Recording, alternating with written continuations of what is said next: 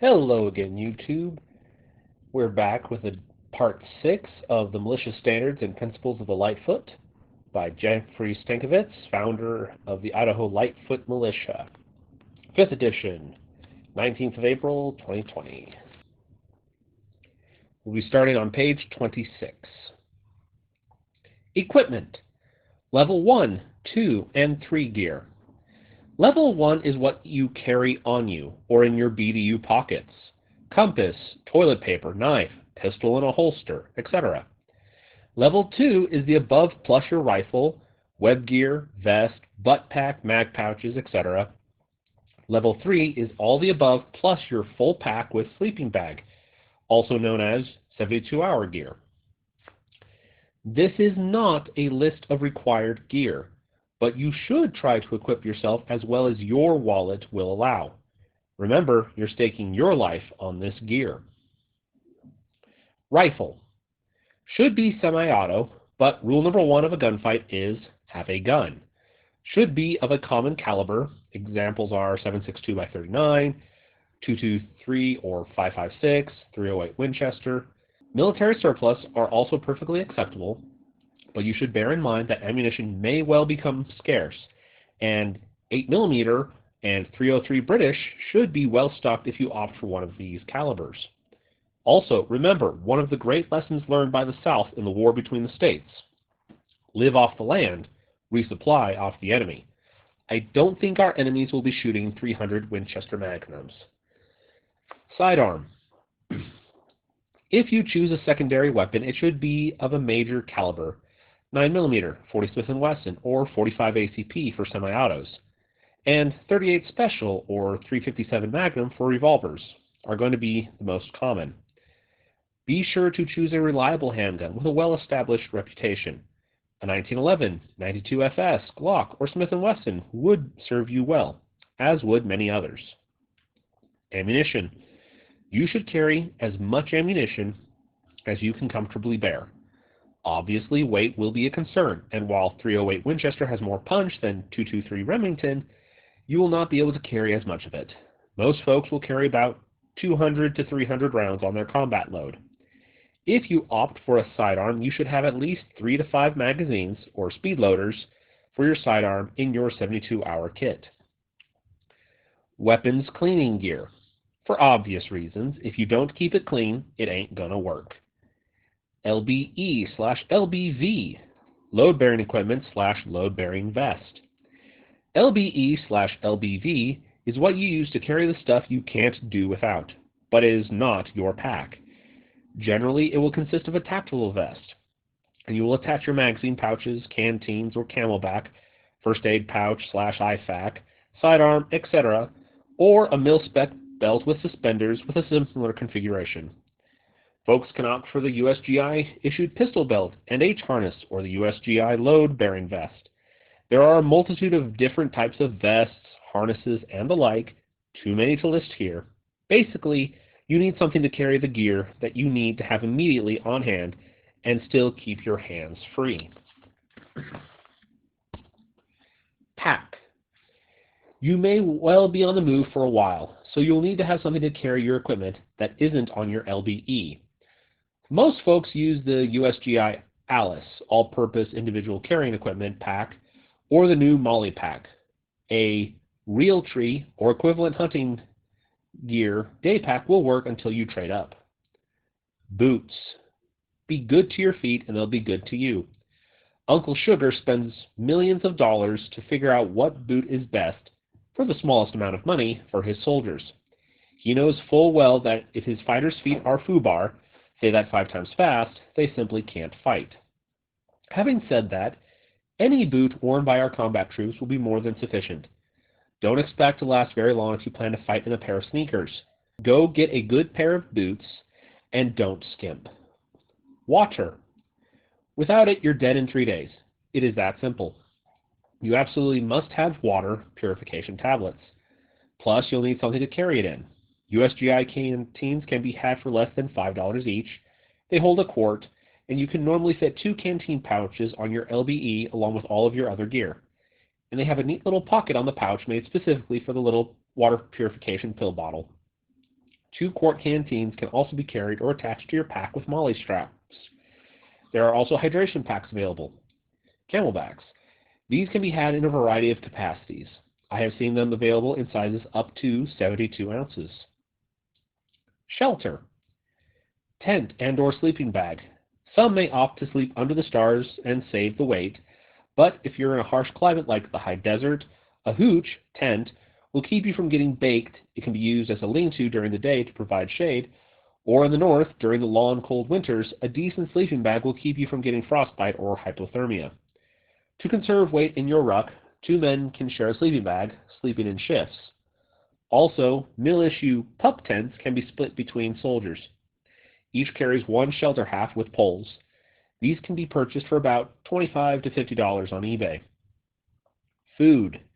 You should have at least a 3-day supply in your 72-hour assault pack. MREs are expensive, but they will last a long time. You can save space by breaking open the MRE and tightly wrapping the contents into a smaller package. But keep the heavy plastic bag. It has a multitude of uses, including as a dressing for a sucking chest wound. Canned food is cheaper, but heavier than an MRE. Another option is Coast Guard survival rations.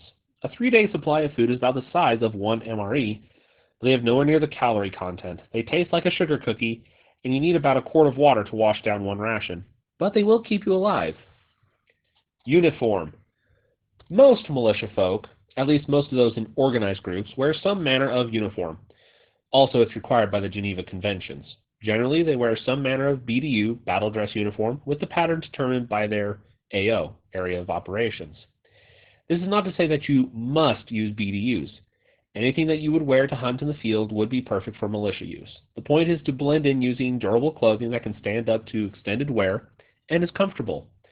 For wooded, mountainous terrain, the best camo is that old standby, Woodland, available at any surplus store or online outlet. Next would be Marine Digital Pattern, MARPAT. The former Army pattern, ACU, Advanced Combat Uniform, is supposed to work in all environments, but as the old adage goes, camo that's made to work everywhere actually works nowhere. Could have been coined for the Army ACU Digital Camo. It's too gray for desert wear and way too light for the mountains and the northwestern United States. Everywhere it seems you see the new multi-cam pattern, and while I'll admit it is a pretty sweet camo pattern, the problem is that it's also just been adopted by the U.S. Army. We, as militia, try to differentiate ourselves from regular military, so might I suggest a nice ATAX pattern. Desert pattern works well in southwest and high desert areas of America. See Uniform Standard for more info. Field jacket and liner. The most common is the USGI M65 field jacket. It is available in woodland and desert camo pattern. If you've got the cash, you may want to look at the Gore-Tex versions of the jackets. The M65 with the liner will keep you quite warm. The Gore-Tex will do the same and keep you dry at the same time. Knife. For combat purposes, this should be of the fixed blade variety, not a folder. A 5-inch blade seems to be the unspoken standard. The U.S. Marine Corps issued K-bar fills this requirement and is relatively inexpensive. Compass. Preferably the lensatic military style with some manner of luminous dial. Along with a compass, you should have topographical maps of your AO and surrounding areas, and a copy of the Map Reading and Land Navigation Army Field Manual. Entrenching tool. An E-tool, if you don't know, is a shovel. They are available at any camping store or military surplus outlet. Some have said, if you buy from a military surplus store, opt for the more current trifolder versus the World War II style with the wooden handle. The trifolders are more compact and lighter. The trifolds are more compact and have that nice handle for digging. However, the old style are sturdier and can be used as a weapon, thrown, hacking. Study World War I trench warfare. The straight-handled shovel is an indispensable backup weapon. Flashlight. Any size or style, just make sure that it has a second red-colored lens to use at night in tactical situations, reading a map. Under a poncho, of course. Remember, even a red lens-covered flashlight lights up like a Christmas tree in night vision goggles. First aid kit. You should have a combat field dressing in a small first aid/compass pouch attached to your suspenders or vest on the left shoulder.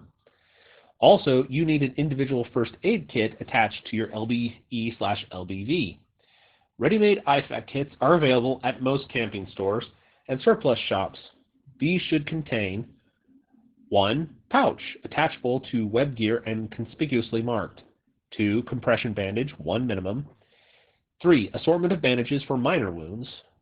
4. Tourniquet. 5. Tape, heavy. 6. Pain medication, over the counter. These are minimum requirements for a basic IFAK. You may include other items as you need, such as needed medications and other items you feel may be beneficial. Other items for consideration are 1. Decompression needle. 2. IV starter kit with catheter needle, 14 gauge. 3. Blood stopping agents. 4. Suture kit, small. Cold, wet weather gear. For the cold, you'll want to be sure you have some decent long johns to wear under your uniform, along with a good pair of wool or polypro socks to keep your feet warm and dry. For wet weather, you'll need a poncho, preferably 2, 1 in your ruck and 1 under your butt pack with a poncho liner. If you have the money, you may want to look at the Gore-Tex parka and pants sets. Hygiene gear. You gotta keep clean, otherwise you're going to come down with nasty diseases and infection. Soap, razors, shaving cream, toothpaste, toothbrush, etc. These are not optional things that are nice to have on hand. They are essential pieces of gear that you absolutely must have in order to fulfill the mission. Helpful hint. Take a roll of TP. Pull out the cardboard tube, then flatten and stuff into a Ziploc sandwich bag. Dispense by pulling tissue from the center of the roll. Additional gear. Get this stuff as your budget allows. Helmet. Kevlar or steel pot, worth its weight in gold. Get 1. FYI, the Kevlar helmet will better protect your noggin, but you can't use it as a shaving/wash basin. 30-day food supply. Hopefully you will have a base of operations, because there is no way you're going to be able to carry a 30-day food supply on your back. Same as the 3-day supply for your 72-hour kit, it should be non-perishable, nothing that requires refrigeration. Ammo cache. 1,000 rounds for your primary weapon. You should have as much as you can afford and keep adding to it whenever your budget permits. If you opt for a sidearm, you should keep plenty of ammo on hand for that, too. 200 rounds is a good start. Binoculars. Admit it, your eyes aren't as good as you think they are. You need to get a set of binos to be able to identify friend from foe at a distance. Steiners are probably the best you can get, but you can get a decent set of 10x50s from the big box or similar stores for less than $60. Body armor. Body armor is worth its weight in gold for obvious reasons. Unfortunately, it weighs about as much too. So there's a trade-off, protection versus mobility. GPS. GPS, Global Positioning System, is a piece of electronic gear that uses satellites to triangulate your position on the Earth. Since it is electronic, it is not foolproof and does not replace your compass and topo maps. Water filtration system. If you are pulling your water from a river and not your kitchen spigot, you need some way to get all of the unknown nasties out of it. Night vision equipment. If you decide to buy night vision equipment, be it goggles or rifle scopes, don't skip. Be sure to get 3rd generation technology. 1st generation plain old sucks, 2nd isn't much better, but 3rd generation actually works. Spare rifle/pistol parts. The loudest sound on the battlefield is not a bomb going off or the belch of a machine gun, but the unmistakable click of a trigger being pulled, followed by silence. Carry spare parts. Standard uniform. The Lightfoot Militia standard uniform shall be the military-style combat uniform in woodland, desert, multicam, or ATAX camo pattern. When your unit chooses its uniform camo pattern, make sure it's for these 3 reasons. The color scheme matches your AO, area of operations. They are plentiful at surplus stores, gun shows, and online sellers such as eBay. The U.S. Army and National Guard who wore the ACU digital camo pattern are now switching to the multicam-like uniform. So make sure you wear either your state or your civil flag patch and Spartan helmet crossed swords patch to delineate you from active duty military. Roughly half our members are not ex-mil, and we don't want any stolen valor accusations. You should try to acquire 2 sets of BDUs, 1 to wear, 1 in your pack, and an M65 field jacket with liner or similar. Dog tags.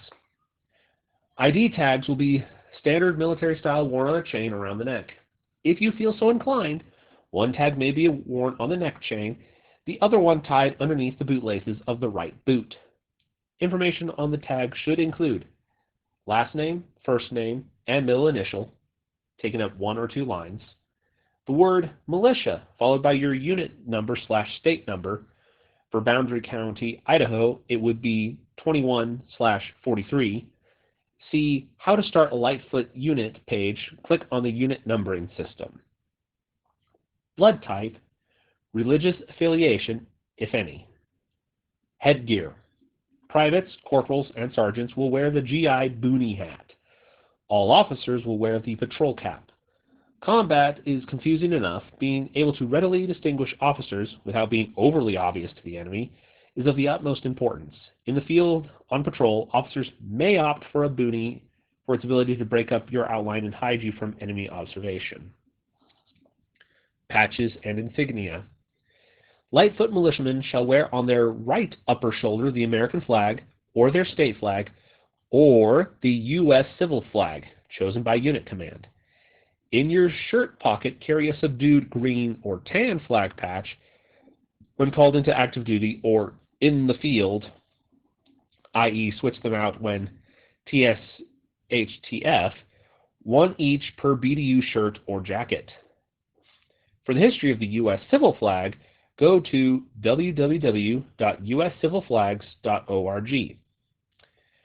Over the right breast pocket shall be the militiaman's last name tape, and over the left pocket will be the Your State Militia tape.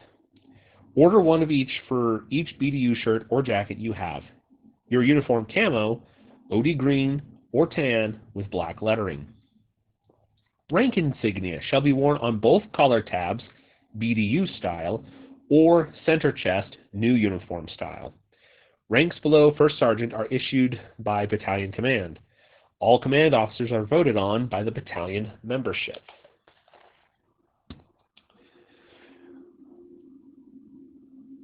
We have a new custom patch supplier, USA, for all our Lightfoot patches and name tapes. On the upper left shoulder shall be the Spartan helmet with cross swords unit patch. A state patch can be added as well.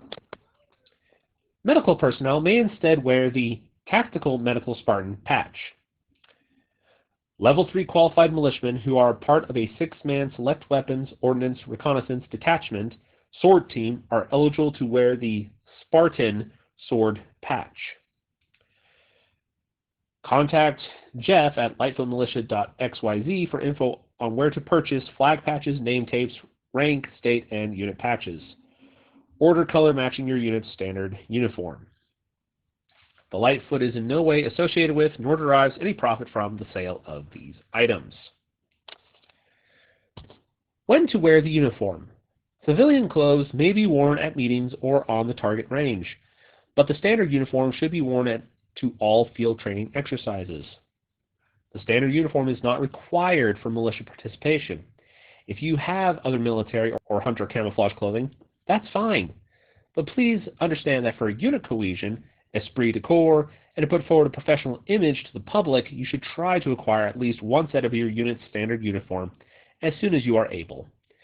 Until the militia is called into active duty, your full color flag patch and Lightfoot unit patch, Spartan helmet, crossed swords, should be worn on your uniform.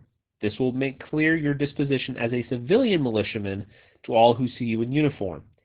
Keep the subdued flag patch at the ready in your shirt or sleeve pocket and switch them out when activated by lawful authority and in the field. Class B uniform. We have also adopted a more public-friendly uniform for county unit meetings, gun shows, official engagements, and meetings with county, sheriff/local elected representatives.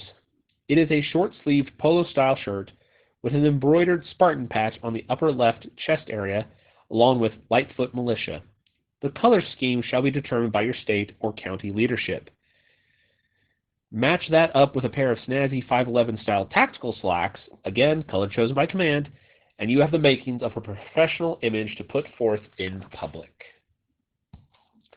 That's going to be it for this part of the Lightfoot Militia Standards. I apologize that it's a little longer, but I wanted to get all of the equipment and uniform in one section. I'm just going to say right here at the end of the video, I have tried to get in touch with Jeff about patches, and I have never been able to get any response. So if you decide you want to do this, you might have to get custom patches made. You can see that the Spartan patch that I have is a generic off-the-shelf one, and I went ahead with that because it was affordable, and I have seen a couple pictures of Lightfoot Militia events where guys are wearing a patch like that. So I think it's fine. It's just not ideal.